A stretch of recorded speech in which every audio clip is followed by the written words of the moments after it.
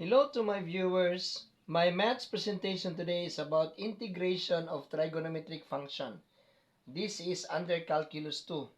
So, I have here integral of cosine squared x dx over sine to the fourth x. So, I need to split this one into sine squared x times sine squared x. So, this will be square brackets. This will be cosine squared x over sine squared x times 1 over sine squared x. This will be close bracket. Then this will be dx. So this will be cosine squared x over sine squared x. That will be cotangent squared x. Then what is 1 over sine squared x? So this will be cosecant squared x dx.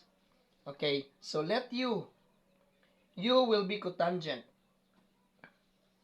Du will be cosecant squared. This is negative cosecant squared x dx.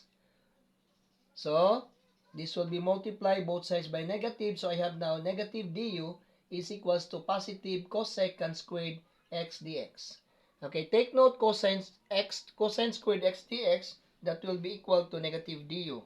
So, this will be integral of cotangent is u. So, this will be u squared. Then, this will be times negative du.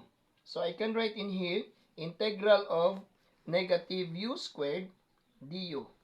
So, to integrate this one, this will be minus u to the third power over 3 plus c. And then, I will substitute. Negative u is cotangent.